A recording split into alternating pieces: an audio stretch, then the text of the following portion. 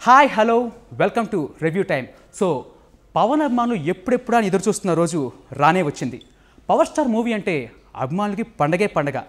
సంక్రాంతి మరో 3 రోజుల్లో వస్తుంది, కానీ పవన్ అభిమానులకు మాత్రం ఈరోజే సంక్రాంతి. ఎందుకంటే ఈరోజే అజ్ఞాతవాసి విడుదలైంది. ఇదివరకు పవన్ కళ్యాణ్ త్రివిక్రమ్ కాంబినేషన్లో వచ్చిన సినిమాలు బ్లాక్ బస్టర్స్గా నిలిచాయి.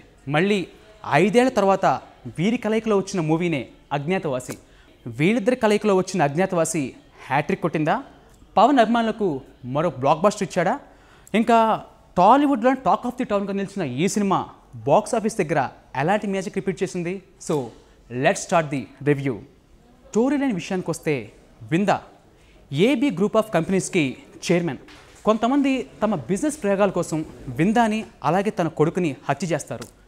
ఎప్పుడూ వచ్చే సమస్యలను ముందుగానే గ్రహించే విందా ప్లాన్ ఏతో పాటు ఎవ్వరికి తెలియని ఒక ప్లాన్ బిని డిజైన్ చేసుకుంటాడు. అలాంటి ప్లాన్ బిఏ తన పెద్ద కొడుకు అభిషేక్ భార్గవ్.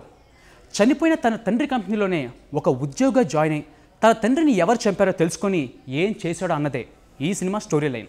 ఇంకా ఆర్టిస్టుల పర్ఫార్మెన్స్ విషయానికి వస్తే కనుక, ముందుగా మన పవర్ స్టార్ పవన్ కళ్యాణ్ ఈ సినిమాలో కూడా తన స్ట్రాంగ్ జోన్ కామెడీని ప్రధానంగా చేసి ఆయన క్యారెక్టర్ డిజైన్ చేశారు త్రివిక్రమ్. ఇంకా సినిమాలో కూడా ఆయన తనదైన టైమింగ్తో మ్యానరిజమ్స్తో మొత్తం మూవీకే హైలైట్గా నిలిచారు. ఇంకా ఆయన తర్వాత తన తల్లి పాత్ర పోషించిన ఖుష్బు ఒక డీసెంట్ అండ్ న్యాచురల్ పర్ఫార్మెన్స్తో మన ముందుకు వచ్చారు. అలాగే తండ్రి పాత్ర పోషించిన బోమన్ ఇరానీ గారి పాత్ర కూడా మొత్తం మూవీ వెయిట్ని పెంచేలా డిజైన్ చేశారు. ఇంకా ఆ తర్వాత రావు రమేష్, మురళీ శర్మ గారి క్యారెక్టర్స్ అక్కడక్కడ మంచి ఫన్ జనరేట్ చేసింది అని చెప్పాలి. ఆ తర్వాత ఇంకా హీరోయిన్స్ అను ఇమాన్యుయల్, కీర్తి సురేష్ తమ పాత్రల పరిమితి వరకు బాగా నటించారు అని చెప్పాలి.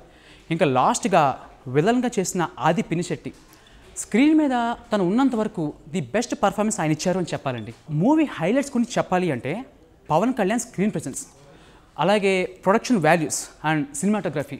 మూవీ డ్రాబ్యాక్స్ గురించి చెప్పాలి అంటే ఎంటర్టైన్మెంట్ పార్ట్ అని చెప్పాలండి. అలాగే screen play, direction, logics, re recording and editing. ఇంకా ఓవరాల్గా చెప్పాలంటే త్రివిక్రమ్ మూవీస్ అంటేనే ఎంటర్టైన్మెంట్, అలాగే ఎమోషన్స్, యాక్షన్ సీన్స్కి పెద్దపీట.